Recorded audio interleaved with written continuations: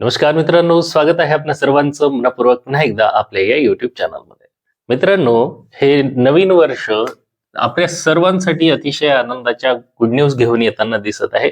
याचं कारण असं की आज रोजी 2 जानेवारी 2026 ला महाराष्ट्र शासनाचा एक नवीन GR आलेला आहे आणि ज्यामध्ये काय होत आहे की संपूर्ण महाराष्ट्र राज्यामध्ये आता एकूण 9,700 ज्या 20 जागा आहेत एवढे नवीन शिक्षकांचे पद निर्माण झाल्याचं आपल्याला दिसून येत आहे आणि ही अतिशय आनंदाची अशी आपली बातमी आहे. पण याचा आनंद किती राहील आणि किती नाही राहणार असाच एक प्रश्न निर्माण झालेला आहे. याचं कारण असं की हे जे नवीन पद निर्माण झालेले आहेत हे नवीन पद कोणाचे असणार आहेत तर ते विशेष शिक्षक असा एक जो संवर्ग आहे. मागे तुम्हाला आठवत असेल तर जेव्हा शिक्षण मंत्री केसरकर सर होते त्यावेळेस त्यांनी ह्या गोष्टीची घोषणा केली होती की आपण प्रत्येक जी काही केंद्रीय शाळा असेल त्या ठिकाणी एक क्रीडा शिक्षक आणि एक दिव्यांग अध्यापन शिक्षक आपण अपॉइंट करणार. तर अशा आशयाची जी काही घोषणा त्यावेळेस होती त्यालाच अनुसरून आता महाराष्ट्र शासनाने एक GR काढलेला आहे की आता संपूर्ण राज्यभरामध्ये बघा आता इथे शब्दरचना काय केलेली आहे, पायाभूत पदे 2,36,288 एवढी काय सध्या मंजूर शिक्षकांची पदं आहेत संपूर्ण महाराष्ट्र राज्यामध्ये 2,36,288. मग आता या एवढ्या पदांमध्येच ही सगळी ऍडजस्टमेंट होणार आहे. असं नाही होणार आहे की 9,720 हे जे शिक्षकांची सध्या मंजूर पदं आहेत ज्याच्यामध्ये आपली जी टेट 2025 साठी जाहिराती येणार आहेत म्हणजे त्या रिक्त पदाच्या जाहिराती आहेत, याच्यामध्ये काही कार्यरत पण आहेत आणि ज्या रिक्त जागा आहेत त्या भरल्या जाणार आहेत. मग आता त्या रिक्त जागांमध्ये काय होणार आहे मित्रांनो, हे 9,720 जागा त्या रिक्त जागामध्ये ऍड होणार. म्हणजे ज्या प्राथमिक शिक्षकांच्या जागा या ठिकाणी भरण्यात येणार आहेत तर त्या प्राथमिक शिक्षकांच्या जागांमध्येच आता हे 9,720 नवीन पद कोणासाठी तर हे क्रीडा शिक्षक आणि दिव्यांग अध्यापन. तर याची काय रचना आहे, काय आहे हा GR, संपूर्ण माहिती आपण या व्हिडिओमध्ये सविस्तर अशी जाणून घेणार आहोत. परंतु तत्पूर्वी आपल्या सर्वांना एक विनंती आहे, जर तुम्ही चॅनलवर नवीन असाल तर आत्ताच चॅनलला सबस्क्राईब करून घ्या आणि बेल आयकॉनला प्रेस करा जेणेकरून तुम्हाला शिक्षक भरतीच्या संदर्भातील सर्व अपडेट्स मिळत जातील. बघा मित्रांनो, पहिल्यापासून सांगतो की जिल्हा परिषदेच्या आस्थापनावरील प्राथमिक पायाभूत पदांची संख्या निश्चित करण्याबाबत असं या GRचं टायटल आहे. याच्यामध्ये संपूर्ण राज्यामध्ये जी शिक्षकांची पायाभूत मंजूर पदे आहेत ही 2,36,288. आता मध्ये एका कायद्यानुसार समूह साधन केंद्रे असा शब्द वापरलेला ज्याला आपण काय म्हणतो, ज्या केंद्रीय शाळा असतात है ना, केंद्रीय शाळा. तर या केंद्रीय शाळाच्या ठिकाणी एक केंद्र प्रमुख असेल त्याला समूह साधन असं म्हटले गेलेले आहे. मग आता या शाळा, या केंद्र शाळा जिथे जिथे असतील त्या महाराष्ट्रभरात किती आहेत एकूण तर 4,860 केंद्रीय शाळा आहेत. त्या 4,860 केंद्रीय शाळे म्हणजे समूह साधन केंद्र त्याला म्हणतात, त्या प्रत्येक ठिकाणी आता एक नवीन विशेष शिक्षक असा संवर्ग तयार केलेला आहे, स्पेशल टीचर. आणि हे स्पेशल टीचर कोणचे, प्रत्येक केंद्रीय शाळेवर एक विशेष शिक्षक क्रीडासाठी आणि दुसरा विशेष शिक्षक दिव्यांग अध्ययन है ना, अध्यापनासाठी. म्हणजे स्पोर्ट्स टीचर आणि एक स्पेशल टीचर, जे काही दिव्यांग विद्यार्थी असतात त्यांना शिकवण्यासाठी ज्यांनी स्पेशल DED केलेला आहे तर त्या उमेदवारांसाठी आणि हे BPED किंवा MPED धारक जे आहेत अशा उमेदवारांसाठी हे शिक्षकांची किती पदे निर्माण झालेली आहेत बघा, एक केंद्र शाळेवर एक क्रीडा शिक्षक आणि एक दिव्यांग अध्यापन शिक्षक. म्हणजे बघा, एक क्रीडा शिक्षक एवढ्या समूह साधन केंद्रावर म्हणजे 4,860 पद हे क्रीडा शिक्षकांची भरली जाणार. आणि दुसरं आहे एक दिव्यांग अध्यापन शिक्षक प्रत्येक केंद्रावर म्हणजेच तेवढेच 4,860 पद हे दिव्यांग अध्यापन शिक्षकासाठी ठेवले. या दोघांची टोटल झाली 9,720. असे 9,720 हे एवढे पद आता महाराष्ट्र राज्याच्या या शिक्षक भरतीमध्ये भरली जाणार आहेत. परंतु एक अट आहे की सध्या जेवढे मंजूर पद आहेत त्याच्या आतमध्येच हे 9,720 राहणार. आता या 2,36,288 मधून मग काय होणार आहे, हे जे पद आहेत हे आपल्याला मायनस करावं लागतील म्हणजे त्या उर्वरित जागा आपल्याला समजतील. मग जर आपण 2,36,288 या मंजूर पदांमधून आणि त्याच्यामध्ये कार्यरत शिक्षक देखील आहेतच, हे 9,720 वजा केले तर 2,26,000 आहे ना, एवढ्याच ज्या पायाभूत पदांची जी जागा आहे, पायाभूत पदे आहेत ते राहणार आहे. मग आता तुम्ही बघा, ही जी आधीची जागांची संख्या होती त्यामधून एवढे 9,720 जे रेग्युलर टीचर भरले जाणार होते, समजा डीएड वाले आहेत किंवा बीएड वाले आहेत, तर यांची ही संधी आता इथे कमी झाल्याची दिसून येत आहे.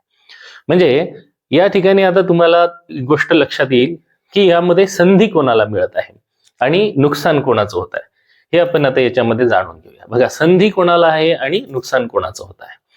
तर याच्यामध्ये मुख्यत्वे जर संधीचा विचार केला आपण, तर ही संधी यांना मिळते, जे काही दिव्यांग विद्यार्थ्यांना काय मिळणार आहेत, विशेष ट्रेनिंग घेतलेले शिक्षक मिळणार आहेत. त्याच्यानंतर क्रीडा शिक्षक आल्यामुळे काय होणार आहे, क्रीडा शिक्षकांना चालना मिळेल. बीपीएड धारक आहेत, एमपीएड धारक आहेत, असे जे काही उमेदवार होते, जे शिक्षक भरतीची वाट पाहत होते, त्यांच्यासाठी ही चालून आलेली एक काय आहे, गोल्डन ऑपॉर्च्युनिटी झालेली. आणि याच्यामुळे काय होणार आहे, शिक्षण हे क्रीडा आणि दिव्यांग अशा मुलांना घेऊन समोर जायला काय मिळणार आहे, गती मिळणार आहे. हे झाले याचे पॉझिटिव्ह पॉइंट्स. बरं, मग आता निगेटिव्ह पॉइंट्स मध्ये नुकसान कोणाचं होत आहे, तर नुकसान हे सर्वसामान्य डीएड धारक जे काही प्राथमिक शिक्षक आहे ना बनण्याची स्वप्न पाहत आहेत, ते त्यांची काय होणार आहेत, एवढी पदे काय आता ऑब्विसली कमी होणार आहेत, कारण त्या एकूण जागांची संख्या वाढली का, नाही, एकूण जागा तर तेवढ्याच आहेत. त्यांनी स्पष्टपणे GR मध्ये दिलेलं आहे की एकूण जी काही पदं असतील पायाभूत, त्याच्यामध्येच ह्या जागा जिल्हानिहाय ऍडजस्ट करण्यात येतील. आणि हे कोण करणार आहेत, शिक्षण आयुक्त. तर शिक्षण आयुक्तालय यांना काय दिलेलं आहे, त्यांचा अधिकार दिलेला आहे. मग आता हे आयुक्त ठरवणार आहेत प्रत्येक जिल्ह्यामध्ये कोणाला किती जागा द्यायच्या आहेत. म्हणजे याचं जे काही विवरण आहे ते बघा, या ठिकाणी GR मध्येच जोडून दिलेलं आहे. तुम्हाला आपल्या टेलिग्रामच्या चॅनलवर तो GR पाहायला मिळू शकतो, मी तुम्हाला तो देतो, तुम्ही त्या ठिकाणी तो GR बघू शकता. बघा, आता या GR मध्ये कोणत्या जिल्ह्यात किती हे विशेष शिक्षक असणार आहे, तर याची थोडक्यातच माहिती सांगतो. उदाहरण स्वरूप आता समजा तिथे 1 नंबरला दिलेले अहिल्यानगर. आता 1 नंबरला त्यांनी सांगितलंय अहिल्यानगर. आता अहिल्यानगर मध्ये पहिले मंजूर पदांची संख्या पहा, ते आहेत 11,967. 11,967 एवढे काय पायाभूत शिक्षकांचे मंजूर पदे आहेत. मग आता याच्यामध्ये शासनाच्या निर्णयानुसार केंद्रांची संख्या किती आहे, याच्यामध्ये केंद्र आहेत 246. 246 केंद्र आहेत. केंद्र म्हणजे हे केंद्रीय शाळा. मग आता इथे प्रत्येक केंद्रावर काय राहणार आहे, एक क्रीडा शिक्षक आणि एक विशेष शिक्षक दिव्यांग अध्यापनवाले. मग याला गुणीला 2 करावं लागेल आपल्याला, कारण प्रत्येक केंद्रावर 2 शिक्षक वाढणार आहेत.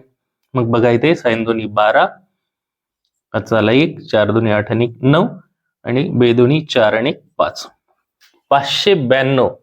बघा 2 2 4 हातचा नाहीये, 492. 492 ह्या जागा आता काय झालेल्या आहेत, या एकूण जागांमधून वजा होणार आहे मित्रांनो 492.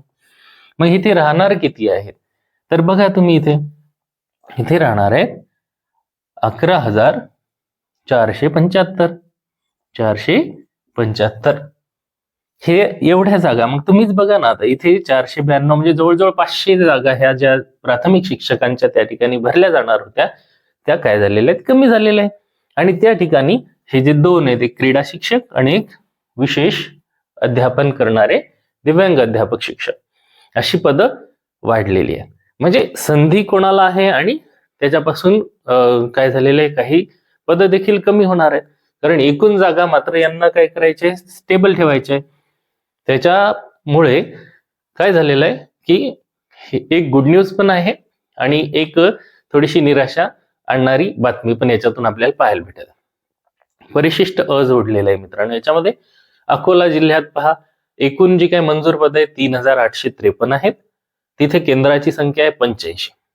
मग आता तिथे 85 स्पोर्ट टीचर आणि 85 कोणते टीचर येतील, विशेष शिक्षक. 85 आणि 85 170.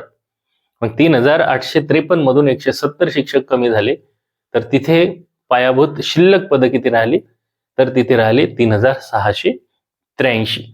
तर अशा प्रकारची ही काय असणार आहे, पदांची मंजूर झालेली काय आकडेवारी असणार आहे. तर याचा अर्थ हा जो जी आर आहे, जिल्हा परिषदांच्या स्थापनेवरील पायाभूत पदांची संख्या निश्चित करण्याच्या संदर्भातचा आहे. आता ही भरती कशी होणार आहे या संदर्भात काही महत्वपूर्ण माहिती समोर आलेली अद्याप नाहीये.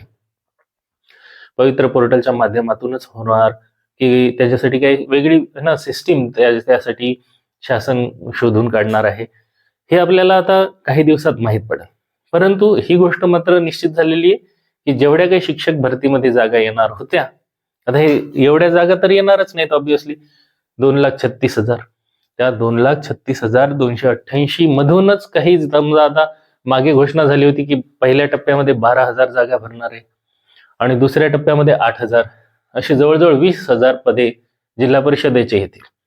मग 20,000 पदे जर जिल्हा परिषदेचे आले, तर खाजगी शिक्षण संस्था आहेत, त्यांच्या देखील काही जागा त्यामध्ये निश्चितच येणार आहेत. तर ह्याच्यामुळे काय होते मित्रांनो, आता समजा खाजगी शिक्षण संस्थांचा विषय आपण बाजूला ठेवला, तर जिल्हा परिषदेमध्ये जो कट ऑफ आहे ना, तो काय होऊ शकतो, कट ऑफ हाय जाऊ शकतो थोडाफार.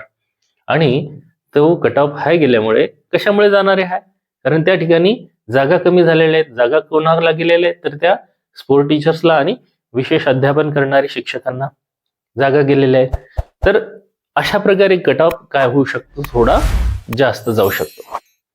तर अशा प्रकारची ही जी अपडेट होती, ही आजच्या जी आरच्या संदर्भात होती. अशा आहे तुम्हाला ही माहिती समजली असेल. मित्रांनो, जर तुम्हाला माहिती उपयुक्त वाटली आणि व्हिडिओ आवडला असेल, तर चॅनलला तुम्ही आता सबस्क्राईब करू शकता मित्रांनो. आणि व्हिडिओ आवडला असेल तर लाईक जरूर करा. तुमच्या एक लाईक करण्यामुळे काय होते की मला असे नवनवीन व्हिडिओ समोर आणण्यासाठी थोडं प्रोत्साहन मिळते. त्यामुळे त्यामुळे व्हिडिओला लाईक नक्की करा, चॅनलला सबस्क्राईब करा, बेल आयकॉनला प्रेस करा, जेणेकरून तुम्हाला असे शिक्षक भरतीच्या संदर्भातील महत्त्वपूर्ण अपडेट्स मिळत जातील. पुन्हा भेटूया मित्रांनो नवीन व्हिडिओमध्ये नवीन माहितीसह. तोपर्यंत आपणा सर्वांना खूप खूप शुभेच्छा. व्हिडिओ शेवटपर्यंत बघितल्याबद्दल खूप खूप धन्यवाद.